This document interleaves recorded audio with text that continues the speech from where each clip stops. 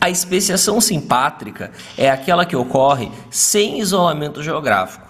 Os exemplos mais comuns na natureza ocorrem em plantas via um mecanismo chamado de poliploidia, que é o mecanismo que gera uma espécie nova sem que essa espécie que foi gerada esteja geograficamente isolada da original ou das originais. Não tem que ter isolamento geográfico para acontecer.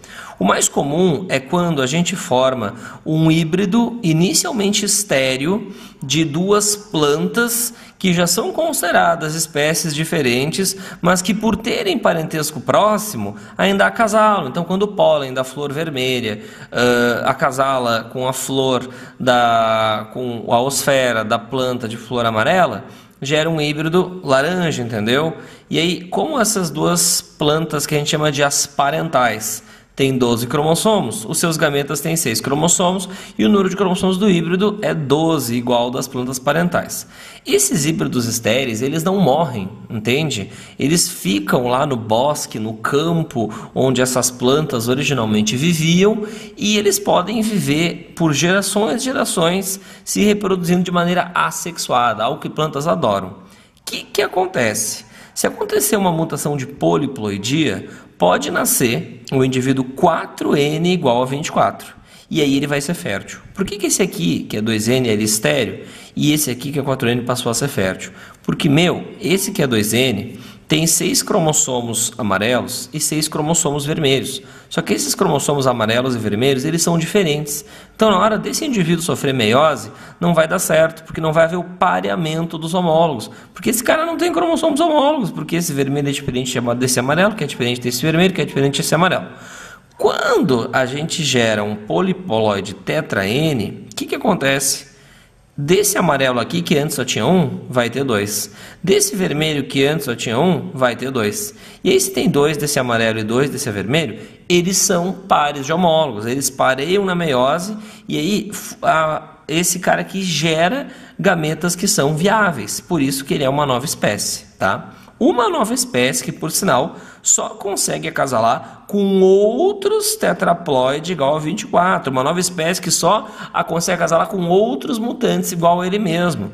Essa nova espécie não consegue acasalar com uma espécie parental, porque, por exemplo, essa espécie parental ela vai gerar gameta N igual a 6. A nossa nova espécie vai gerar gameta 2N igual a 12. E isso, por fim, vai gerar um híbrido que seria 3N igual a 18, entendeu?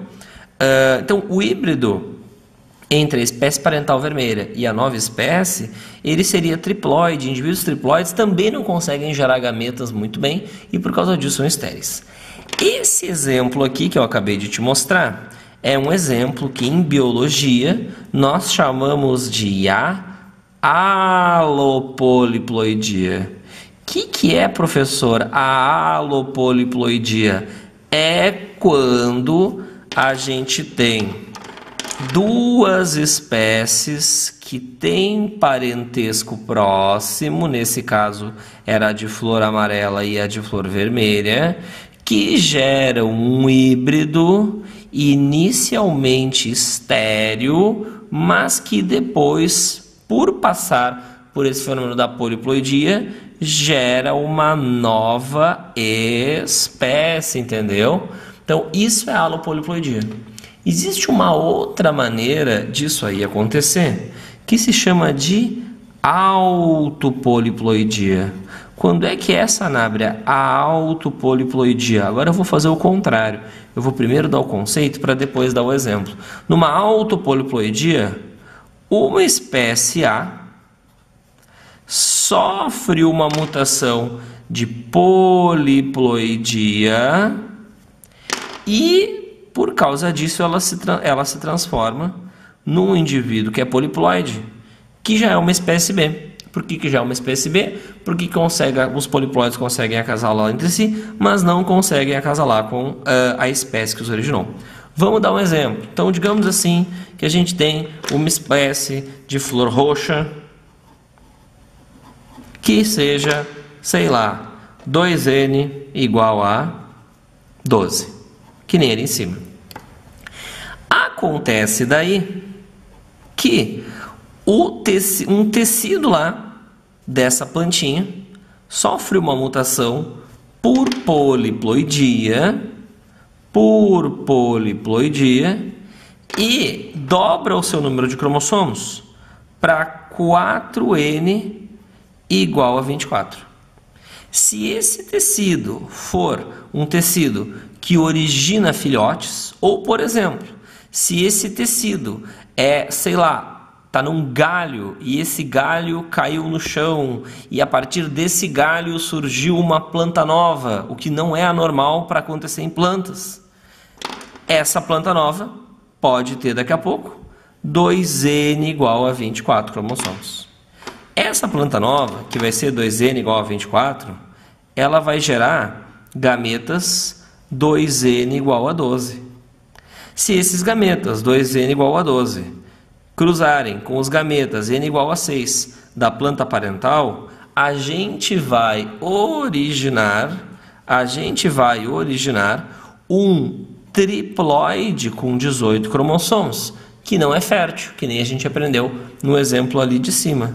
Agora, se a gente tiver na natureza uma outra planta que sofreu exatamente a mesma mutação da original, também é 4N igual a 24, também veio de uma outra planta que era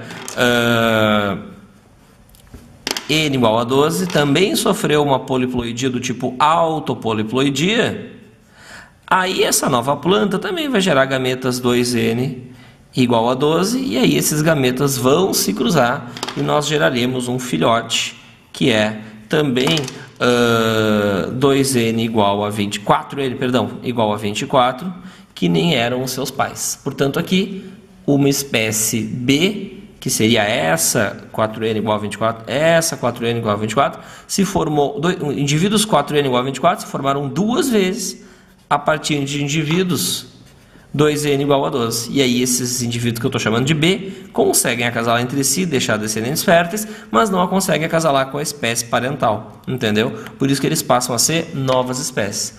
Esse fenômeno é mais raro. O da alopoliploidia, que a gente viu na aula, é mais comum.